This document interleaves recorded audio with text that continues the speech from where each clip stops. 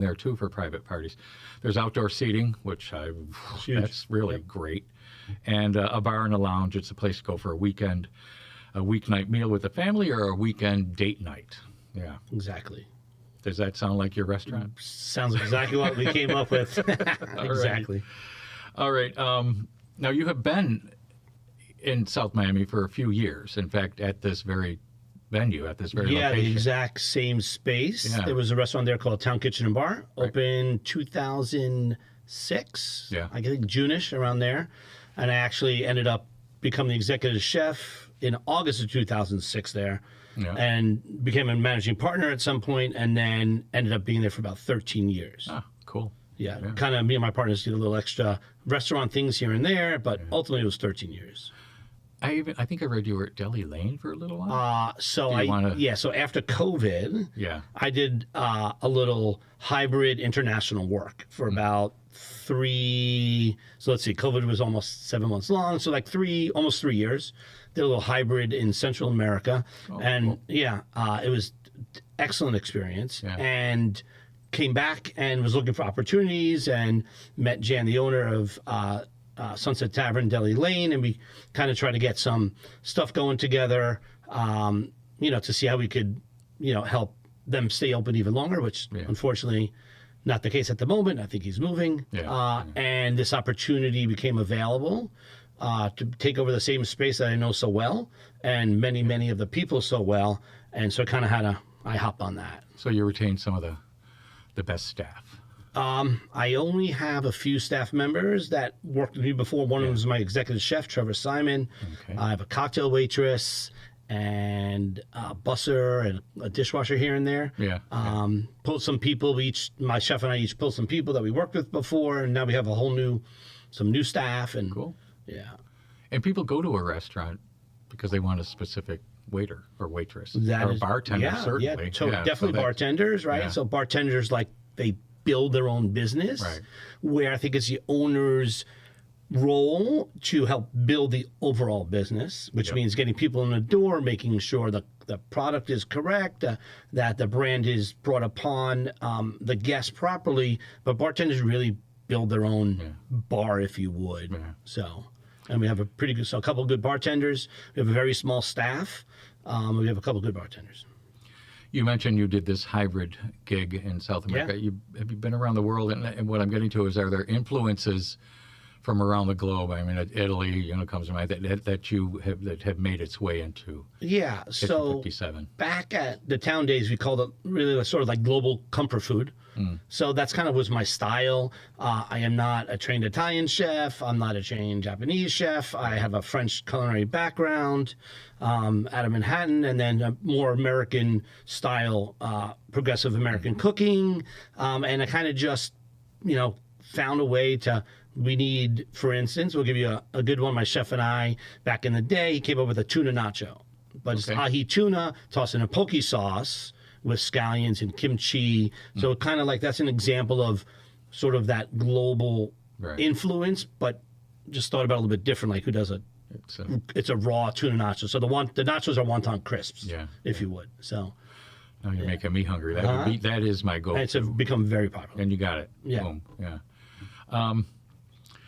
I've been around the world. That was that question. But you've also been around the country. I understand your background. You went to the Culinary Institute of America, and I had good friends. I went to school across the Hudson River at a state school. So, but yours was pretty prominent. I actually got a bachelor's degree first. Okay. In sports studies, marketing. That's perfect. Yeah. But cooked my way through college. Oh, okay. So, and kind of liked it. And growing up, my dad went to culinary school, even though he was a Board of Education New York City teacher. He kind of always cooked amazing meals, so never grew up with a bad meal. Like some people, I had tuna helper for dinner. We had the actual tuna for dinner, right? Stuff like that. So that was very inspirational. And then getting out of college, got my degree, and just continued doing that because I was advancing with the company fairly well, quickly. And all of a sudden, I said, why don't we just do this? And then I went to culinary school at like age 23, maybe 24, something like that. Yeah, it's not easy to get in the CIA. I don't know how it is now. Yeah. You know, it was I think it was. competitive. Yeah. You know, it's grown completely different the last 24, 5 Sure. years. So, Well, so have I. right. So have I. Your wife plays a role, does she not, in the restaurant operation? Actually, my whole family. So Yeah. it became a family restaurant. Wonderful. Right. Yeah. So all of us sitting around thinking of the names and the color schemes and all of this. And Yeah. so when we first opened, we're all cleaning all the storage units. We're all wiping down shelves. Over the summer, my son's bussing, my daughter's hostessing, and my wife does help constantly, you know, in the background with working with our PR company, our marketing, the website, editing. Which looks great. Editing, thank you very much. Yeah. Editing stuff, talking to me about what I should be doing properly, Yeah. right? If you know that what it was you're supposed to do, and then kind of support when she comes in, and she's this amazing, bubbly person who's able to talk to anybody. Yeah. And so when she's in the restaurant, she's just hopping around, yapping with everybody, saying hi to nice. people. She's from Miami, so she knows a lot of people here. Yeah. And so that's kind of in the restaurant. And someday we'll teach her how to be a little bit of a manager, and she could work some shifts for me. As opposed to being just the social butterfly. Yeah. Yeah. I like that when a chef comes out and talks to people. Yeah. But so it's good to have a representative. Yeah, totally. You know, it makes a difference, especially in a town like South Miami and your restaurant. It does appeal to families. It appeals to the whole broad range of diners, right? You got pizza for kids, you have happy hour, and then you have some nice high-end meals. It's somewhere you would take your wife for an anniversary dinner. Yeah, right? sure. Yeah. The ultimate goal was to have a neighborhood restaurant where you could go multiple times a week if you want, not empty your wallet, and choose, like, on the way home from baseball practice, you could drop your kid, quick meal, go with your business partners for lunch, come out with your wife on a Friday night, get a steak. And, you know, we're very affordable restaurant, and it's kind of, the bar is built the same way. It's like an upscale Cheers, if you would, almost. Like it gets pretty funny sometimes. All these people know each other. They know each other for 20 years because they were coming into the old restaurant, and they just kept coming back to the same corner always. So that's what we wanted to kind of build, this sense of community where everybody kind of knows everybody. Yeah. Yeah. And South Miami is a community. I mean, it really is. It's And a it has small been for a long community. time. Yeah. And it's always changing. I mean, there's multiple restaurants that come and go, but it's always changing. It's always evolving. And now they have that taller apartment or condo complex. So I think that would be Avalon, beneficial. a couple blocks away, bring in Avalon. some hungry people. Yeah. So are you evolving with it in any way, or you? I think so. We just finished our first year. Cool. November. Congratulations. Thank you. Yeah. November 12th. Yeah. So like it's a year of learning, right? You have a brand that you want. You have a style you think you want to do. You have food you think you want to present. Drinks you want to kind of make, and really the customers tell you what they want on the menu and what they want to drink. Yeah. Right? Just because that's what they're ordering, or that's what they're commenting on. Oh, we would like this. And so the menu's evolved 3 different times already. We used to open with a giant menu, like just as in size, and now it's a lot smaller, like this guy right here. There it is. A little better for the tables. We added some snacks, like tapas style, of about a month ago, because we thought we have a lot of new people still coming in. There's still a population to reach, and people have a lot of questions. They take time reading it. So let's say while they're reading, let's just give them a little something to munch on. They're like $10, $11, nothing, tapas small, so they can snack on. Yeah. And I would imagine your menu changes a little bit with the seasons. I mean, Miami Hanukkah's doesn't have coming much up. seasons. It changes with product availability, really, which okay. changes with the seasons. Yeah. Right. So right now you can get winter vegetables, roots, tubers on the kind of cheaper than broccolini or the romaine hit that we're going through right now. Yeah. So, and it's more about when we get bored, right? Okay. And we look at product mix a lot. Yeah. What's selling weekly, monthly, what's dropped, what's not, and then sometimes there's because of price fluctuation. A little bird told me you're going to have latkes. Yes. I love those things with applesauce. So I believe Hanukkah is the 14th. Yeah. I think we're starting at the 16th because we're closed Monday. All that week we'll be serving homemade latkes. They're so good. Yeah. that would be the whole meal for me. And then also New Year's Eve, you're not a big party horn place, but you are New Year's Day. Yeah, we feel we're a New Year's Day spot more than we're not going to produce a $150 4-course meal with wine pairings for $85. That's really not our style. We'll get our people for casual dinners, people that just want to stay home. They'll come to the bar. We'll do our happy hour. We'll see what happens. But we feel like we're more of that next day lunch spot all day with a lot of kids, a lot of football. We got 2 TVs inside, 2 outside, a big screen inside. Yeah. And we feel that's a way where we can, captivate a nice audience. We're doing bubbles, bourbon, and brunch. Okay. Yeah, so we're pairing with, on New Year's Day. On New Year's Day. Yep. And if it's a home run, we'll continue it through the week. Okay. And what else? We're doing you gotta Perrier have Bloody Jouet. Marys, right? Oh, wait, what was that big We're going to do word? Perrier Jouet. Mum and Jefferson's are sponsoring us with that. And we're going to do some fresh shucked oysters that day because what goes great with bubblies is oysters. Yeah. That's something we never do. But we are looking to then continue that like on a Wednesday night, oyster night, or Thursday night, oyster night. Yeah.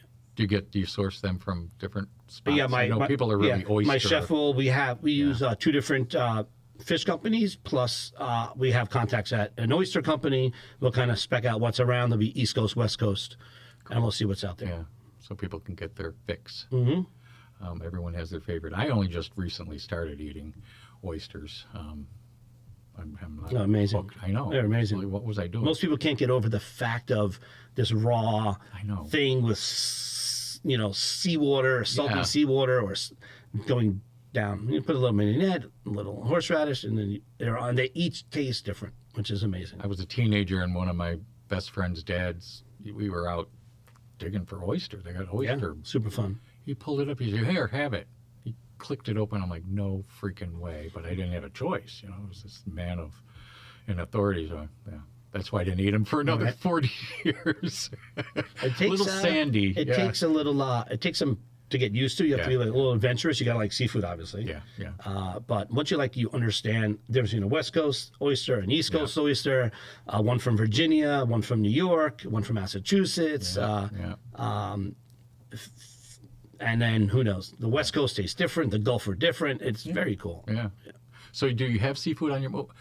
How do you describe your menu? You might have touched on it. But... We call it modern American. Yeah. Right. And that just allows us to kind of take ingredients and kind of make something of it. If somebody would think like a chicken parm, right? Everybody has chicken parm. Yeah. They don't have our chicken parm. That thing is about this big. Oh, wow. And it's a wow factor. Yeah. Right. And we have ribs. Everybody likes ribs. Comes with coleslaw and fries. But our ribs are like that, right? A full rack. So, and then we have other, like the tuna nacho is a, kind of thinking a little bit more on the modern side, outside the box. We have a salmon dish with truffle cauliflower puree and sauteed broccolini. You don't see that kind of every day. We have an eggplant parm sandwich that's grilled eggplant to keep it healthy. It's open face, so you have less carbs and blah, blah, blah. So kind of like, the menu's always evolving. Yeah. Now, I'm a vegetarian pescatarian, so the seafood and and we have ratatouille on the menu, which is one of those hidden gems on the menu that most people don't order because, like, ew, ratatouille, that's from 1970. I'm like, well, you got to try it. And a lot of people add shrimp to it, chicken to it, salmon to it to get more of a meal. Oh, my God, I'm so hungry. Can we change the subject? Yeah, to what? we can talk about sports. Well, let's talk about THC. Yeah, sure. What are you doing in January? You're doing a special. So we feature some THC cocktails and drinks on our menu. Yep.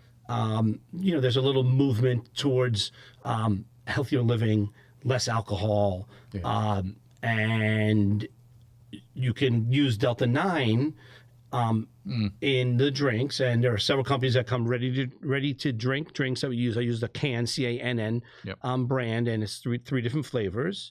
And we also make cocktails. So there's one called Flora, that's like gin. We use Pomos that we make a mule of, that's like orange and cardamom. Nice. The coconut booty, which is coming back in stock finally, so we can do our frozen. We do a frozen like pina colada with it, and they're alcohol free, but there is the legal THC Delta 9 in it, and it's been well received, and people I think are like, oh, you can serve that, you can do that. Yeah. And it's like, oh, I just didn't want to have a drink today. But then they get like the passion cloud, which is ideally a version of a passion fruit martini. Oh, Yeah. So it looks like a martini. We put like dry edible flowers on it and stuff like that. Yeah. but it is a special. No, in it's on. January. It's, no. So we're really for dry January, which is what a lot of people call. We're kind of going to push this and let people know we have killer mocktails and THC drinks. If you know, it's nice that some people don't drink, right? And there's an act of this that people want to be part of. Yeah. And it allows people to be kind of part of that motion, not have to drink. We do need to not overindulge in them because you will feel something at some point, but we monitor that as well. All right, here comes a crazy question, and you're probably sick of hearing this.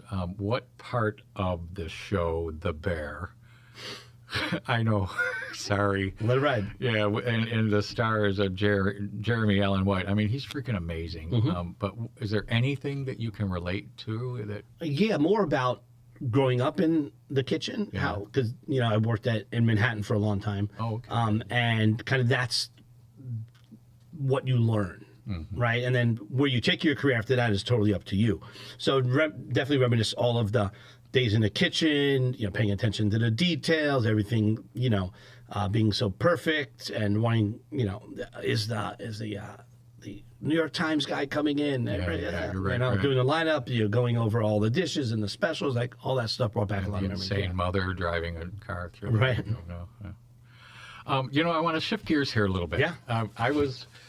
I commute on Kitchen 57. Go. Sure. It's a place where you can come eat, drink, and gather. You know your people. You can have a great meal with your family, your business people, or your friends, which was barbecue, like grilling barbecue or grilling platters for 2 people, 4 people to kind of promote summer.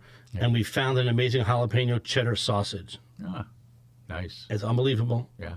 And I've been, can I get a sausage real quick? And you know, my wife should know that because health, and you could use it in many different ways. You put it on a pizza, put it on pasta, on the grilling and chilling. You know, my chef really gets into more of the ingredients a lot than really I do.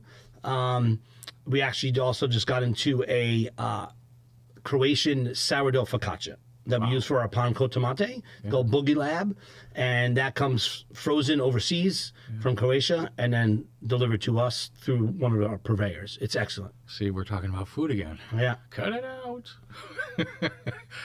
Or if your cooking style, oh, I hate this one. Let's not. Well, I already started. If your cooking style was a cocktail, what would be in it? Bourbon. Okay, easy. What's your chef guilty pleasure food when you eat when nobody's looking? A slice of pizza from New York, if I really could, which doesn't have candy. Yeah. Are you from New York City? Is that I'm from Long Island originally. Oh, yeah. And what exit? Yeah. Oh, no, that's New Jersey. Well, off the Meadowbrook Parkway, exit 15. No, if you're familiar. If you're familiar. No, not really. But what town? Yeah. Oceanside. Oceanside. Okay. Yeah. We're known for our bagels and our pizza. All there you go. It's a nice area. Yeah. What's one local flavor that absolutely belongs on your menu? Is there one? I don't know. Yeah. You want to say stone crabs? You know, if it's a right, but we do that as specials every now and then. Yeah. I don't know what else would be kind of locally. I mean, we always try to use locally grown products. Okay. But price point doesn't always help us with that. Yeah. I don't know. Right. People? Oh, yay.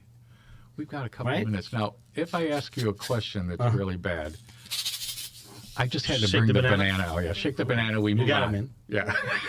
I'll be ready. Do you serve banana? No, you do. Breakfast. Okay, cool. Yeah. All right. How do you want people to feel walking into Kitchen 57? I like that question. That they're welcome and they're happy. Yeah. And they're going to have a great time. And they walk out that way, too. And they walk out that way. They walk out more happy, energetic, wanting to come back. Yeah. I'll shake the banana anyhow. It's kind of fun. All right, good. Sweet or savory? Savory. Shoot. 50-50? Okay. 50-50, I guess. That's safe. Like it's a safe answer, but like I like good savory and I like good sweet. I don't care. I want it good. Good. Yeah, that's inspiring. Thank you. Heat level, mild, medium, or Miami? Are we talking about food or me personally Right. during work? Or your customers, yeah, right. Okay, so I like food hot, so it would be like Miami. I can take it. Yeah. And I range from low to very spicy at work. Okay. Especially now Like that you're in personality-wise, yeah.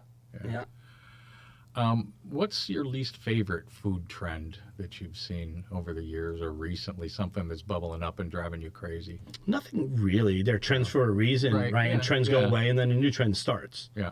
So it's what's going to be the next trend, which I believe is THC cocktails and drinks.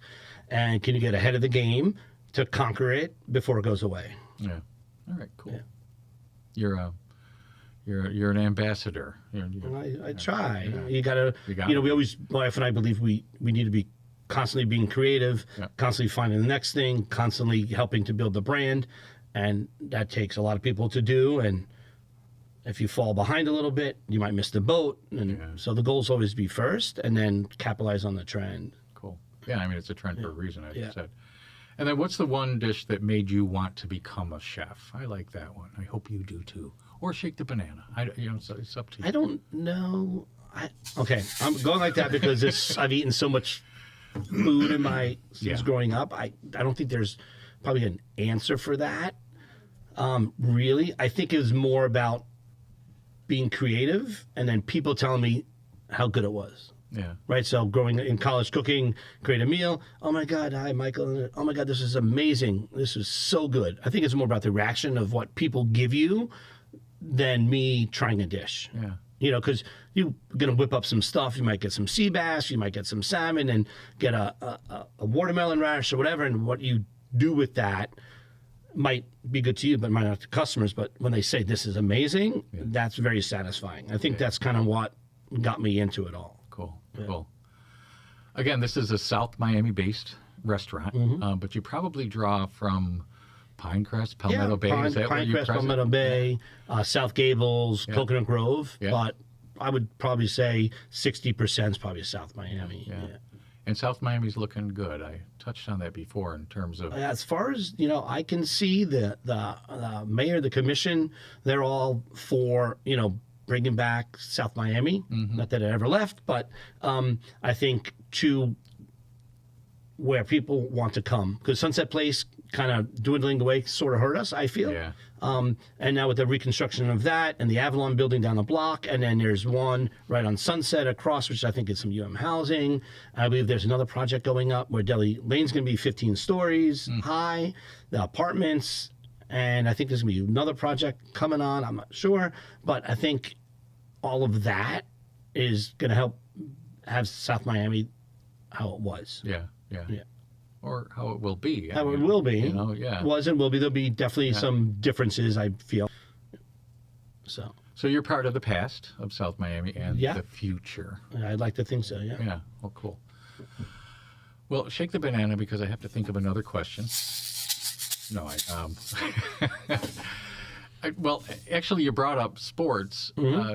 You have television. You're bringing people for sports. You have a sports background, did you? My major in college was PR marketing, and in a sports field. So sports studies, PR marketing. So I externed for the Orioles. Let's go like that. Nice. It was pretty cool.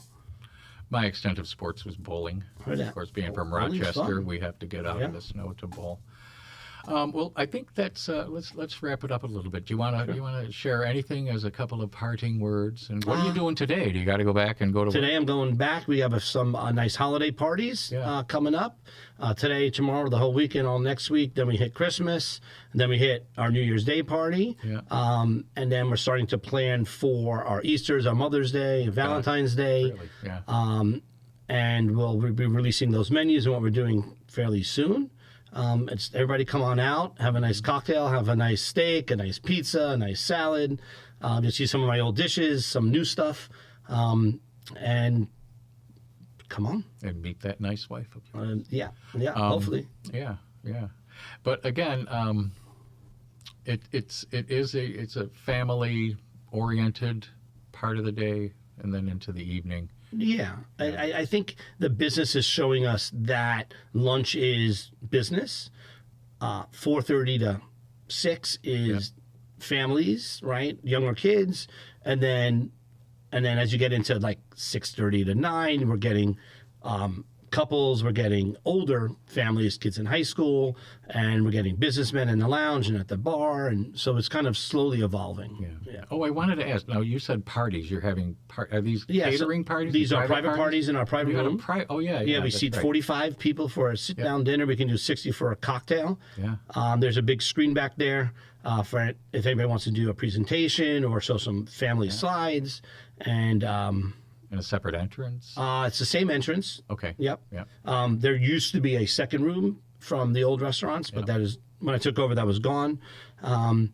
And so we have, we could do 18 people back there, 45, 20. It's cool. And there's plenty of parking, and you Yep. can take the train there. Yeah, which- you can take the train. You can Yeah. walk 3 blocks. There is a parking garage attached to the restaurant, which a lot of people don't know about. It's just past us on 73rd towards Red Road. Yeah. And a parking garage. It's actually cheaper than parking on the street. Yeah. And if it's raining, you could park by the elevator. You go down to the first floor, and you come out the main entrance of the building on 57th, Yeah. and you can walk under the overhang, so you never get wet. No excuse to go. Pretty much, yeah. But I mean, like last night when it was raining, Yeah. right? Yes. Yeah. Like, all right, wrap it up, everybody, because nobody's. But we actually did okay. Yeah. Kind of dwindled down, and people came. It was nice to see. Yeah. Yeah.